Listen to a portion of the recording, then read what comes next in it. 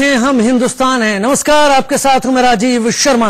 पुलवामा हमले के खिलाफ देश भर में आक्रोश है। हमले के खिलाफ मुंबई में भारी विरोध प्रदर्शन हो रहा है। प्रदर्शन की वजह से मुंबई लोकल ठप हो गई है। स्टेशनों पर अफरा तफरी का माहौल है। बताया जा रहा है कि ऑफिस निकले लोग भी प्रदर्शन में शामिल हो गए, जिसकी वजह से सड़कों पर भीड़ बढ़ गई है। इंडिया न्यूज ने भी अपने ग्राफिक्स को इस हमले के विरोध में काला कर दिया है, लिहाजा हम भी उस विरोध का एक हिस्सा है जो कि देश की संप्रभुता पर किया गया है। और अब देश लगातार प्रदर्शन, गमगीन आंखों के साथ जवाब मांग रहा है कि आखिर ये सब कब तक। मुंबई की सड़कों पर लोगों का हुजूम उमड़ा है। आतंकी हमले को लेकर लोगों में गुस्सा है, लोगों में प्रदर्शन है। पुलवामा हमले के खिलाफ देश भर में हर कोने से, हर शहर, हर कस्बे से एक आक्रोश है जो दिखाई पड़ रहा है। तस्वीरें आप मुंबई लोकल रेल रूट की पटरियों से देख रहे हैं। तमाम लोग इस वक्त उतरे हुए हैं, ट्रेन के डिब्बों में नहीं हैं, काम पर नहीं जा रहे, लेकिन वो इस प्रदर्शन का हिस्सा हैं। जताना चाहते हैं कि पूरा देश, पूरा भारत सब में उबाल है। हल्के में लेने की जो कोशिश है, जो आदत है, वो हमारे विरोधियों को, सीमा पार के देशों को अब समझनी जरूरी है। पुलवामा हमले के खिलाफ देश भर में आक्रोश और प्रदर्शन। अभिषेक शर्मा मुंबई से ज्यादा जानकारी के साथ। अभिषेक, शायद पिछले कई सालों में ऐसा पहली बार हुआ है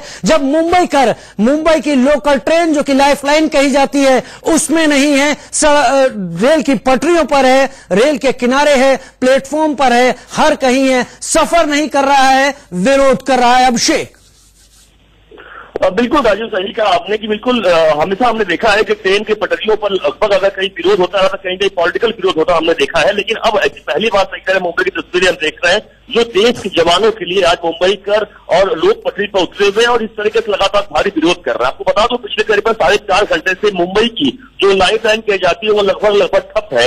वेस्टर्न लाइन की, यानी वसई से लेकर विरार तक 3 स्टेशन ऐसे यानी पालघर का जिला आता है जहां पर पूरी की पूरी रेलवे लाइन लगभग ठप हो चुकी है।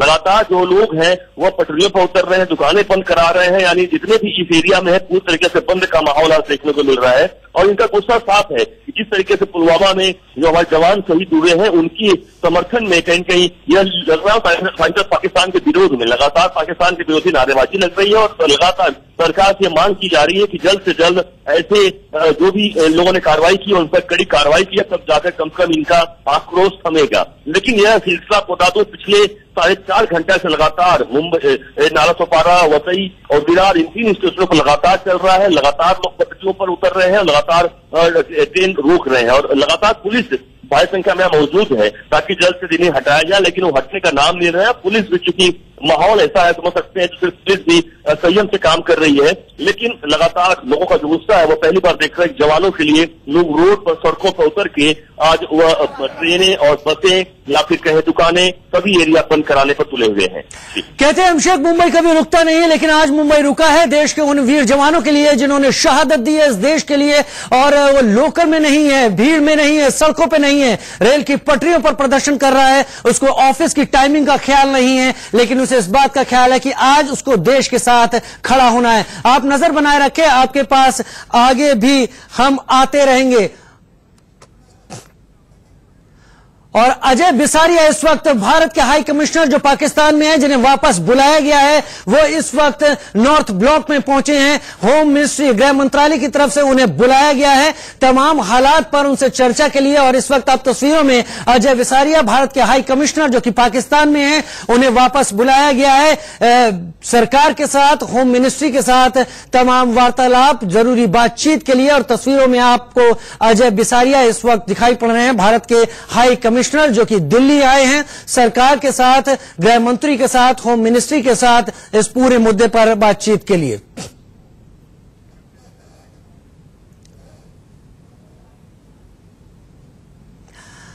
और पुलवामा अटैक के बाद से देश गमगीन है। शहीदों के पार्थिव शरीर उनके पैतृक गांव पहुंच रहे हैं। देश के जांबाजों को श्रद्धांजलि देने के लिए लोगों का हुजूम उमड़ रहा है।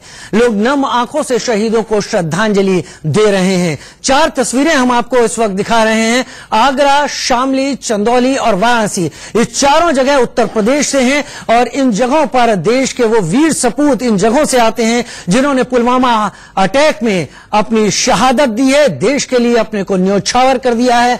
तमाम लोगों ने नम आंखों से अंतिम श्रद्धांजलि दे रहे हैं। अंतिम सफर पर ये जांबाज निकले हुए हैं, इनकी शहादत हो गई है। लेकिन जो लोग हैं, जो वहां पर मौजूद इलाकों के लोग हैं, उनमें गुस्सा है। वो सभी प्रदर्शन कर रहे हैं, इनको श्रद्धांजलि भी दे रहे हैं। एक सम्मान है इन शहीदों के लिए। शहादत किसी भी वीर के लिए, और वो भी देश के नाम अगर शहादत हो, उससे बड़ा कोई भी कर्ज नहीं होता देश का। और इन शहीदों ने अपनी शहादत दे दी।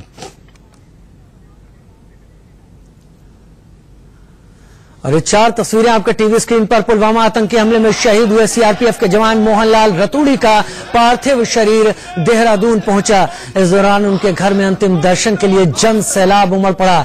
शहीद का पार्थिव शरीर पहुंचते ही परिवार में मातम सा पसर गया। घर में सभी का रोकर बुरा हाल था। शहीद के पार्थिव शरीर को घर में अंतिम दर्शन के लिए रखा गया है। हरिद्वार में सैन्य सम्मान के साथ उन्हें अंतिम विदाई दी जाएगी।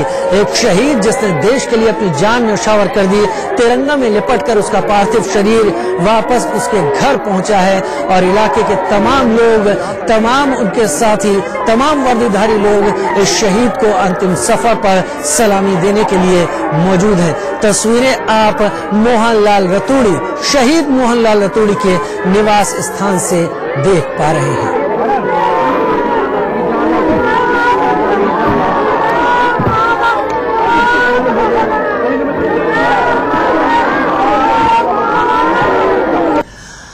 देहरादून में शहीद मोहनलाल रतूड़ी, वहीं जम्मू कश्मीर के पुलवामा में हुए आतंकी हमले में शहीद हुए जवानों की शहादत के बाद देश भर में गुस्सा दिख रहा है। कोलकाता के हुबली में नाराज लोगों ने पाकिस्तान के खिलाफ जमकर नारेबाजी की और पाकिस्तान का पुतला फूंककर शहीदों को श्रद्धांजलि दी। ये तस्वीरें कोलकाता यानी पश्चिम बंगाल के हुगली से हैं। 4 तस्वीरें हम आपको और दिखा रहे हैं उत्तर प्रदेश के बलिया से, मध्य प्रदेश के इंदौर से, जलालाबाद उत्तर प्रदेश और हुगली जो कि पश्चिम बंगाल से है, वहां की तस्वीरें इस वक्त आपके टीवी स्क्रीन पर। हर कहीं विरोध, हर कहीं गुस्सा, हर कहीं सरकार से मांग कि आखिर कब तक सरकार इस मसले पर फूंक फूंक कर कदम रख रही है। तमाम जानकारियां जुटाई जा रही हैं, तमाम वो तरीके अपनाए जा रहे हैं जिसके चलते आतंकी और उनके सरपरस्तों को घेरने की पूरी कवायद की जा रही है। लेकिन ये तस्वीरें देश के अलग अलग हिस्सों से आ रही हैं और सभी तस्वीरों से एक ही मैसेज निकलकर आता हुआ दिखाई पड़ रहा है कि ये सब कुछ अब रुकना चाहिए। विरोध प्रदर्शन लोगों का